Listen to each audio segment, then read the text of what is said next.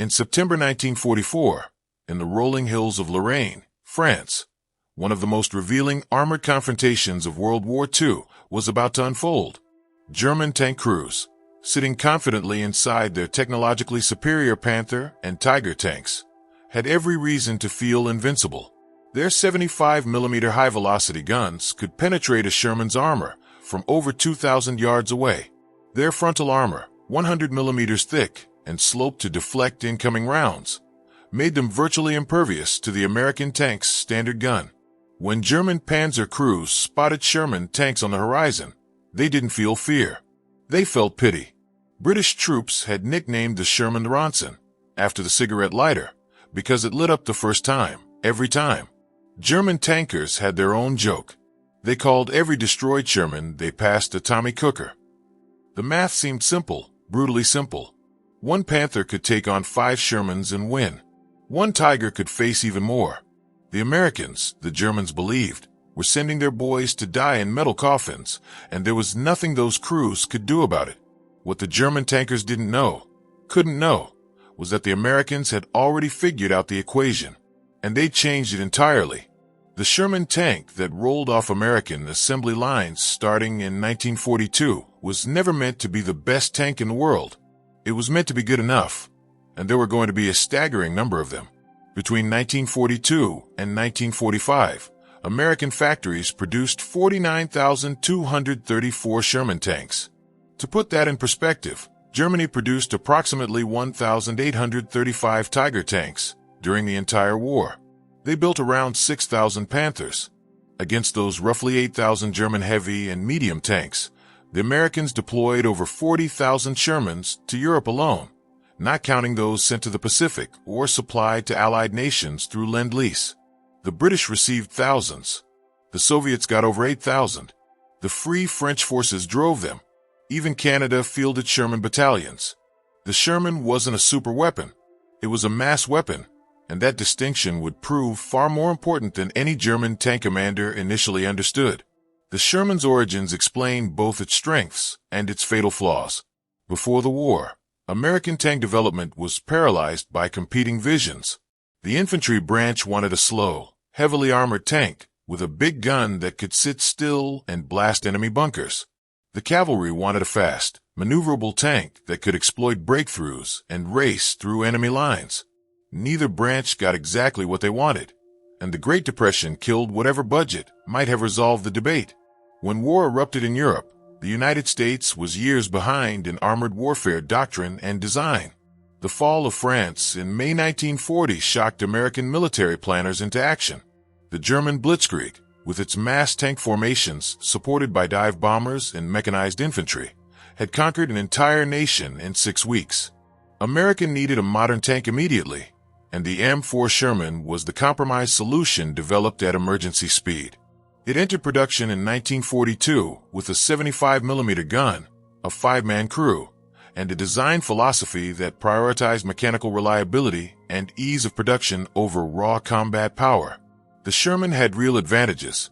It was mechanically reliable in a way German tanks simply weren't. Its radial aircraft engine, or later gasoline engines, ran consistently. The tank suspension system, borrowed from earlier designs, was robust and easily repaired. The Sherman's track design allowed it to traverse difficult terrain, though not as effectively as the wider tracks on German heavy tanks. Most importantly, the Sherman could be produced quickly and in massive numbers using standardized parts. American factory workers, free from aerial bombardment and supported by an industrial base that dwarfed Germany's, could pump out Shermans faster than the Germans could destroy them.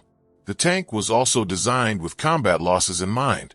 Replacement parts flowed continuously to the front. Tank retrieval crews would rush onto battlefields while fighting still raged, recovering damaged Shermans and getting them repaired within hours or days.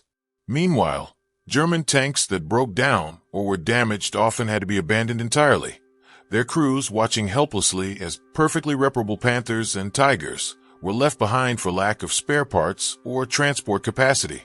But when it came to direct combat against German armor, the Sherman's inadequacies were impossible to ignore. The 75mm gun, adequate against German Panzer III and early Panzer IV tanks, was effectively useless against the frontal armor of Panthers and Tigers. Sherman crews discovered in combat that they could fire round after round at a German heavy tank and watch every shell bounce off or ricochet into the sky. One Sherman commander reported firing 14 rounds of 76mm ammunition at a Tiger before achieving any result, and then his tank was immediately destroyed by another Tiger. The psychological impact on American tank crews was devastating. The sense of being outgunned and vulnerable led many crews to call every German tank they encountered a Tiger and every anti-tank gun an 88. Even though German combat records showed most encounters involved the less formidable Panzer IV or self-propelled guns. The Sherman's armor was equally problematic. At 51mm thick on the front hull and turret, it provided adequate protection against most German anti-tank guns at medium range, but the Panther's 75mm high-velocity gun and the Tiger's legendary 88mm gun could penetrate a Sherman from the front at virtually any battlefield range. From 2,000 yards away, a Tiger could destroy a Sherman. The Sherman had to close to within a few hundred yards to have any chance of penetrating a Tiger's side or rear armor. The tanks also suffered from a design flaw that would haunt American crews throughout the war. Early Shermans stored their ammunition throughout the tank's interior, and when a German shell penetrated the armor, the rounds would often cook off, creating a catastrophic explosion. The tank's gasoline engine, unlike the diesel engines used by most other nations, was highly flammable. When a Sherman was hit, it often erupted in flames so quickly that crew members had only seconds to escape. The British nickname Ronson was dark humor, but it reflected a grim reality. Studies after the war found that approximately 80% of Shermans knocked out in combat burned. Surviving crew members described the horror of being trapped in a burning tank, the screams of those who couldn't get out in time, the smell that would never leave them. German tank crews knew all of this. They'd seen it firsthand. Otto Carius, a German Tiger ace, described engagements where his crew would systematically pick off Shermans from long range, watching them explode one after another before the Americans could even get close enough to return effective fire. Michael Whitman, perhaps the most famous panzer commander of the war, reportedly destroyed multiple Sherman tanks in single engagements, his Tiger's thick armor shrugging off the American rounds like they were pebbles. German tankers developed a certain contempt for the Sherman, not out of cruelty, but from sheer battlefield experience. They watched American tanks burn. They watched them flee. They watched inexperienced American crews make tactical mistakes that veteran panzer commanders would never make. A German officer from the 1st SS Panzer Division reportedly said his own crew called the Panzer for the can opener because they felt vulnerable even in that tank. But when they saw Shermans, they knew they had the advantage. When U.S. intelligence assessed the Sherman before the Normandy invasion, they concluded it was roughly equal to the Panzer IV, the mainstay of the German tank force. America decided the Sherman was good enough. What U.S. intelligence failed to accurately predict was that Germany would deploy Panthers and Tigers in significant numbers. The military believed these new German heavy tanks would be rare on the battlefield. That assessment was catastrophically wrong. By the time of D-Day in June 1944, German armored divisions in France fielded substantial numbers of Panthers. At the Battle of Aricourt in September 1944, the German 5th Panzer Army deployed 107 Panther tanks and 75 Panzer IVs, along with 80 assault guns. American tank battalions in Normandy discovered they were facing Panthers and Tigers far more frequently than anyone had predicted. The result was a slaughter. Between July 26th and August 12th, 1944, one battalion of the 2nd Armored Division lost 51% of its combat personnel killed or wounded and 70% of its tanks destroyed or evacuated for repair. The 3rd Armored Division, which began the Normandy campaign with 232 M4 tanks, would ultimately see 648 Shermans completely destroyed in combat, with another 700 knocked out and repaired. This represented a loss rate of 580%. The American response wasn't to design a better tank, at least not quickly enough to matter. The M26 Pershing heavy tank, with its 90mm gun and heavier armor, didn't arrive in Europe until the final months of the war, and only 20 saw combat before Germany's surrender. Instead, American doctrine evolved in the most pragmatic, brutal way possible. Tank commanders learned that trying to slug it out head-on with a Panther or Tiger was suicide. Standard tactics for a 5-tank Sherman platoon engaging German heavy tanks required one section to draw the enemy's fire, while the other section maneuvered to flank and engage from the side or rear. It was a tactic that acknowledged the Sherman's inferiority, accepted it, and found a way to win anyway. The casualties among the crews drawing fire were appalling, but the tactic worked. One German Panther might be superior to one Sherman in direct combat, but one German Panther couldn't watch every direction at once. By late summer 1944, American tank crews had learned, at tremendous cost, how to fight German armor. They'd learned to use their speed advantage, to use terrain for cover, to coordinate with tank destroyers armed with more powerful guns, and most critically, to overwhelm German tanks with numbers. The Sherman's turret traverse was powered and fast, much quicker than the Panther's manual system. American gunners could swing their gun onto a target in a fraction of a second, often getting the first shot off even if that shot didn't penetrate. The Sherman was more maneuverable on solid ground, particularly in the close terrain of French villages and hedgerow country. Its reliability meant American tank battalions could keep more tanks in the field. A Panther might be deadlier in a one-on-one fight, but Panthers broke down constantly. German mechanics struggled with parts shortages and combat damage. American mechanics had warehouses full of spare parts and could resurrect Sherman tanks that looked beyond repair. Then there was the air superiority factor. By September 1944, the Luftwaffe was a shell of its former self. Allied fighter bombers, particularly the P-47 Thunderbolt, roamed the skies over France and attacked German armor with impunity. Panthers and Tigers, for all their thick armor, were vulnerable to rockets and bombs from above. German tank columns caught in the open by Allied aircraft suffered devastating losses. At the Battle of Aricourt, American air power proved decisive. When morning fog lifted and the P-47s of the 19th Tactical Air Command could finally see their targets, they systematically destroyed German tanks caught in open fields. German tankers learned to fear the sound of American fighter bombers even more than they respected their own tank superiority. But the real shock for German tankers came when they finally faced the full weight of American numerical superiority in actual combat. At Aricourt, the German 5th Panzer Army commander, Otto von Manchefeld, was ordered to counterattack American positions and recapture the town of Lunéville. His forces had local superiority in numbers, 262 tanks, and assault guns against Combat Command A of the U.S. 4th Armored Division.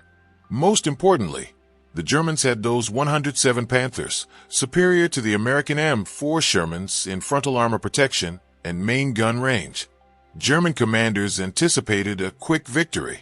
They expected to overwhelm the American position, destroy the defending Shermans, and push the U.S. forces back across the Moselle River. What they got instead was 11 days of brutal combat that would shatter 2 Panzer brigades and elements of 2 Panzer divisions. On the morning of September 19th, company-sized elements of the 113th Panzer Brigade advanced toward American positions, shrouded in heavy fog. The Germans expected the fog to protect them from American air attacks, which it did. They didn't expect what happened next. The fog also negated the superior range of their tank guns. Panthers that could normally engage Shermans from 2,000 yards found themselves advancing blindly into kill zones where Shermans lay hidden, waiting. Poor German reconnaissance, complicated by the fog and a shortage of scouting units, meant the panzer crews were advancing with no clear picture of American positions. When the Germans finally encountered American forces near Combat Command A headquarters, a battalion of M7 Priest self-propelled howitzers engaged them with direct fire at point-blank range. These weren't even tanks. They were artillery pieces designed for indirect fire, now blasting Panthers at ranges where even a 105mm high-explosive shell could damage the German tanks. 2 tank destroyer platoons and a medium tank company hit the German column from the flanks. The German tactical deployment was catastrophic. Instead of advancing in coordinated formations with infantry support, the Panthers pushed forward in company-sized elements that exposed their weaker side armor. Sherman crews, using the fog as cover, flanked the German tanks and knocked out 11 panzers in the opening engagement. By the end of the day, the Germans had lost 16 tanks, suffered 257 dead, and had 80 men captured. The 111th and 113th Panzer Brigades had only 54 tanks left from the 180 they'd started with. The U.S. 4th Armored Division had lost 18 Shermans. What made this particularly shocking for the German command wasn't just the loss ratio. It was that American defenders had been outnumbered, outgunned on paper, and yet had achieved a decisive tactical victory. The Americans had used terrain, concealment, and rapid maneuver to negate every technical advantage the Panthers possessed. The Germans tried again and again. From September 20th to September 25th, the 5th Panzer Army ordered repeated attacks against American positions around Aricourt. Each attack followed a similar pattern. German tanks would advance, often along predictable routes. American forces, aided by better intelligence and reconnaissance, would prepare defensive positions on favorable terrain. The Americans would hold their fire until German tanks closed to effective range, then unleash coordinated fire from Shermans, tank destroyers, and artillery simultaneously. When the weather cleared, P-47 Thunderbolts would dive from the sky and destroy German armor caught in the open. The Germans couldn't adjust their tactics quickly enough. Replacement crews arriving with new Panthers had little training in combined arms operations.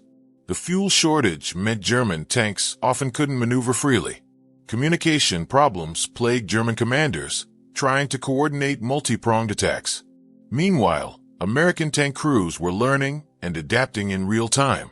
They discovered that the Shermans' mobility allowed them to reposition quickly, taking advantage of hills and depressions to minimize exposure. They learned to coordinate their attacks, with some tanks drawing fire while others maneuvered for flank shots. They learned to use white phosphorus shells, originally designed as artillery markers, against Panthers and Tigers. When the burning phosphorus stuck to German tanks, it would blind their excellent optics and fill the crew compartment with acrid smoke, sometimes forcing crews to abandon perfectly functional vehicles. American crews also learned that the Shermans' faster turret traverse gave them a critical advantage in close-quarters fighting. In village combat or hedgerow country, the ability to quickly aim at multiple targets often meant the difference between killing or being killed. By September 29th, the last major German attack at Aricourt had been repulsed. The Germans lost an additional 36 tanks in 4 days of fighting, along with 700 killed and 300 wounded. Of the 262 German tanks and assault guns that entered the battle, only 62 remained operational by the end. Combat Command A of the 4th Armored Division had lost a total of 25 Shermans and 7 tank destroyers. The kill ratio was staggering. Not because the Sherman was suddenly superior to the Panther in direct combat. It wasn't, but because the Americans had learned to fight in ways that made the Panther's technical superiority irrelevant. They'd learned that 10 Shermans working together, supported by artillery and air power, using terrain intelligently, could defeat any number of Panthers the Germans could bring to bear. More importantly, when the Americans lost tanks, they had replacements ready within hours. When the Germans lost tanks, they were gone for good. The Battle of Aricourt represented a turning point in how both sides viewed armored warfare on the Western Front. For the Germans, it demonstrated that their vaunted Panthers could be defeated, not through superior technology, but through superior tactics, training, and overwhelming material resources. The German armored force was bleeding to death, not because American tanks were better, but because there were simply too many of them and not enough German tanks, fuel, or replacement crews to sustain the fight.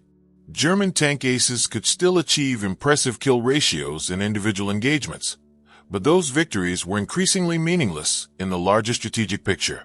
By late 1944, German tank commanders knew they were fighting a losing war of attrition. They could destroy 3, 4, 5 Shermans for every Panther lost, and it wouldn't matter. The Americans would have more Shermans the next day. The Germans wouldn't have more Panthers. For the Americans, Aricourt validated a doctrine that had evolved through brutal trial and error. The Sherman would never be the best tank on the battlefield, but it didn't need to be. American strength lay in numbers, logistics, air superiority, and the ability to learn and adapt. Tank crews learned to respect German armor without fearing it. They learned that survival depended on teamwork, on never fighting fair, on using every possible advantage the Americans possessed. If it took 5 Shermans to kill 1 Tiger, then they'd send 10. If German tanks had better guns and armor, then American tanks would hit from the flanks and rear. If Panthers could see farther and shoot farther in open terrain, then American commanders would force the battle into close terrain, where those advantages vanished. The Sherman's reputation as a death trap was deserved in one-on-one combat against German heavy tanks, but those one-on-one battles became increasingly rare as American commanders learned to concentrate their forces. The human cost of this learning process was immense. Sherman crews knew they were sitting in tanks that could be penetrated by German guns at ranges where they couldn't effectively fight back. They knew that if their tank was hit, they had seconds to escape before the ammunition cooked off and the whole vehicle became an inferno. They knew that in any direct engagement with a Panther or Tiger, the odds were against them. Yet they climbed into those tanks day after day, fought engagement after engagement, and developed a grim professionalism that earned respect even from their enemies. Many German tankers, when interviewed after the war, spoke of American tank crews with grudging admiration. The Americans lacked the technical advantages and often lacked the individual tactical skill of veteran panzer commanders, but they compensated with determination, numerical superiority, and an industrial base that could replace losses faster than the Germans could inflict them. The Sherman story is often told as a tale of American industrial might triumphing over German technical superiority, and there's truth in that narrative. American factories produced more tanks than Germany and Britain combined. The Soviet T-34 was the only tank to exceed the Sherman's production numbers, with approximately 84,000 built. But production numbers alone don't win battles. The Sherman won because American military doctrine evolved to leverage its strengths and mitigate its weaknesses. Combined arms tactics, integrating tanks with infantry, artillery, tank destroyers, and air support, became standard American operating procedure. Superior logistics ensured that American units always had fuel, ammunition, and replacement parts. Better training, particularly for junior officers and NCOs, allowed American tank units to adapt quickly to changing battlefield conditions. And overwhelming air superiority meant that German tanks were under threat even when no American tanks were nearby. The myth that it took 5 Shermans to destroy 1 German heavy tank persists, but post-war analysis of actual combat records shows a more nuanced picture. In defensive positions, German tanks enjoyed significant advantages and achieved impressive kill ratios. In offensive operations, particularly when American forces had time to prepare positions and bring air support to bear, the results were often reversed. A 1946 study by the U.S. Army's Ballistic Research Lab examined 30 armor-on-armor engagements fought by the 3rd and 4th Armored Divisions during 1944. The study found that the Sherman had a 3.6 to 1 kill ratio against the German Panther. That ratio reflected several factors. By late 1944, American tank crews had superior training and combat experience compared to increasingly green German replacement crews. American units had better artillery support and air cover, and American tactical doctrine had evolved to emphasize flanking maneuvers and combined arms operations rather than frontal assaults. The broader strategic picture explains why the Sherman, for all its flaws, helped win the war. Germany simply couldn't match Allied production capacity, while American factories were producing Sherman tanks at a rate of hundreds per month. Protected by oceans from enemy bombers and supported by a motivated workforce, German factories struggled under constant Allied air attacks. Slave labor, which Germany increasingly relied on, led to deliberate sabotage. German mechanics reported finding loosened bolts, contaminated fuel lines, and other subtle damage inflicted by prisoners forced to build weapons for their captors. Material shortages, particularly of rare metals like molybdenum needed for high-quality armor steel, meant late-war German tanks often had more brittle protection than earlier models. Transportation difficulties meant that even when Germany produced Panthers or Tigers, Getting them to the front lines and keeping them supplied with fuel and ammunition became increasingly impossible as Allied air power destroyed roads, railways, and supply depots. By the time American forces crossed the Rhine into Germany itself, in early 1945, the disparity between American and German armored forces had become overwhelming. The Americans fielded thousands of Shermans, supported by excellent logistics, complete air superiority, and combat-hardened crews. The Germans had scattered units with a mix of late-model Panthers, Tigers, and older Panzer IVs, often immobilized by fuel shortages, poorly supported by dwindling Luftwaffe coverage, and crewed by inexperienced soldiers. Individual German tank aces could still achieve remarkable feats. Skilled commanders could still orchestrate local victories. But these were tactical successes in a strategic catastrophe. The war's outcome was no longer in doubt, and the Sherman's role in that outcome was undeniable. The Sherman remained in service long after World War II ended. American forces used Shermans in Korea, where the upgraded M4A38 EZ-8 model with its 76mm gun proved effective against North Korean T-34-85 tanks. Israel operated Shermans in multiple Arab-Israeli wars, even modifying some with French 105mm guns and diesel engines. The tank saw combat in the Indo-Pakistani War of 1965, briefly in Vietnam, and continued serving with some South American militaries into the 1970s. This longevity testifies to the Sherman's fundamental soundness as a weapons platform. It was reliable, maintainable, and adaptable, qualities that mattered more in the long run than raw combat power. The Sherman wasn't the most powerful tank of World War II, but it was good enough, and sometimes good enough, produced in sufficient quantities and employed intelligently, is all you need. The German tankers who laughed at Sherman crews in 1942 and 1943 weren't wrong about the technical comparison. Panther and Tiger tanks were superior in armor, firepower, and battlefield survivability in direct combat. But they'd made a fundamental miscalculation about what would determine the war's outcome. They'd assumed that superior technology would triumph over superior numbers. They'd assumed that killing 3 or 4 or 5 Shermans for every Panther lost represented a sustainable exchange ratio. They'd assumed that American tank crews, facing those kinds of odds, would break and flee. None of those assumptions held true. American industrial capacity ensured there would always be more Shermans. American tactical doctrine evolved to minimize direct tank versus tank combat and maximize combined arms effectiveness. And American tank crews, despite knowing they were outgunned and vulnerable, kept fighting. By the time German tankers faced formations of 10 or 20 Shermans advancing with air support and artillery, supported by tank destroyers and infantry, the laughter had long since stopped. The story of the Sherman tank is ultimately a story about how wars are won, not through technological superiority alone, but through the effective combination of production, logistics, tactics, training, and the courage of the men who fought. The Sherman crews who climbed into their tanks knowing they were outmatched by German armor, who fought engagement after engagement where the odds were against them, who learned through terrible experience how to win anyway, deserve recognition not for having the best equipment, but for making adequate equipment work well enough to achieve victory. The German tankers who faced them learned, too late, that in modern industrial warfare, good enough produced in vast quantities beats perfect produced in limited numbers. The entire episode demonstrates a fundamental principle of military conflict that extends far beyond World War II.